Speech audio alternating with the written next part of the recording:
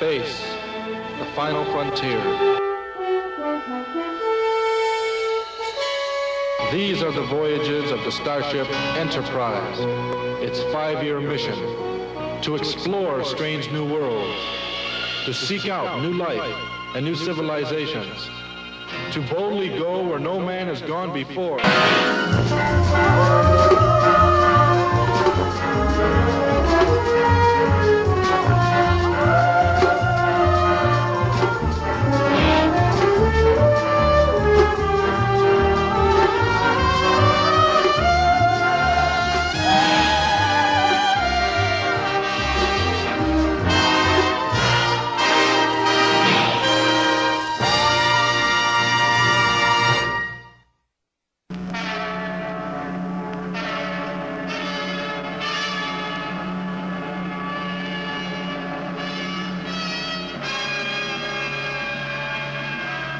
Captain's log, stardate 5237.6. In response to orders from Starfleet Command, we are orbiting the 5th planet of the Organia star group. We are transporting down to pick up a much-needed supply of dilithium crystals. I have a strange feeling this is not going to be a routine mission.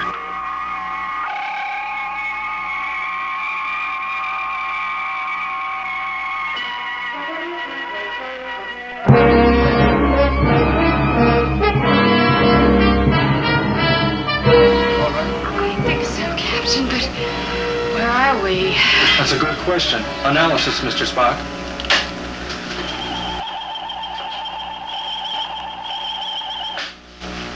Captain, this is definitely not Organia 5.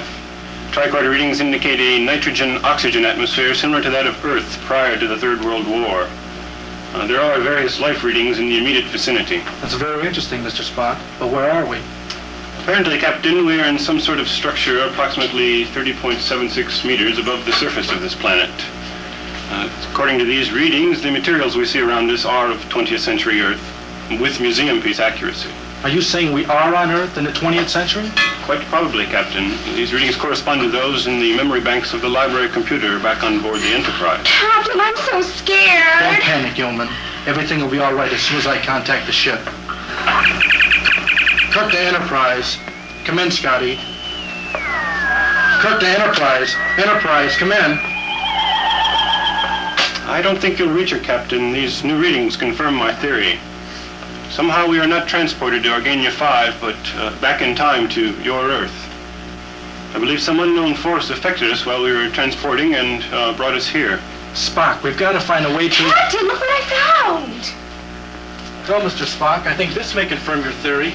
Insufficient evidence, Captain. That may indeed be 1971, but it is not necessarily Earth. Well, Mr. Spock, what do you make of this?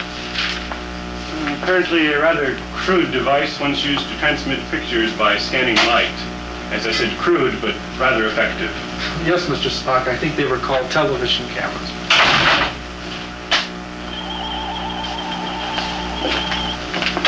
Humanoid, Captain. Biological readings similar to your own.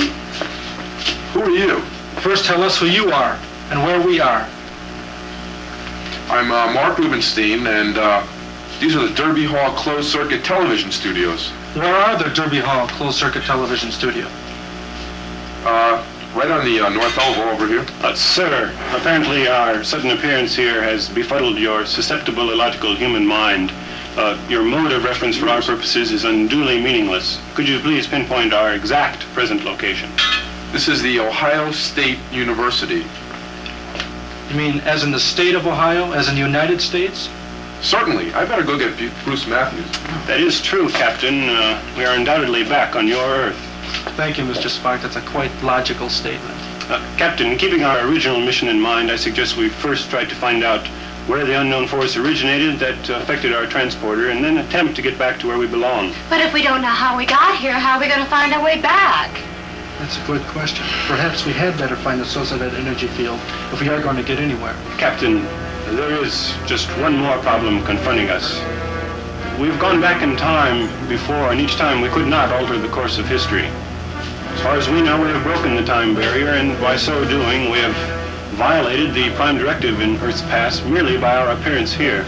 Agreed, Spock. But how can we get back to the Enterprise when it's in the future, and we may have already changed the past?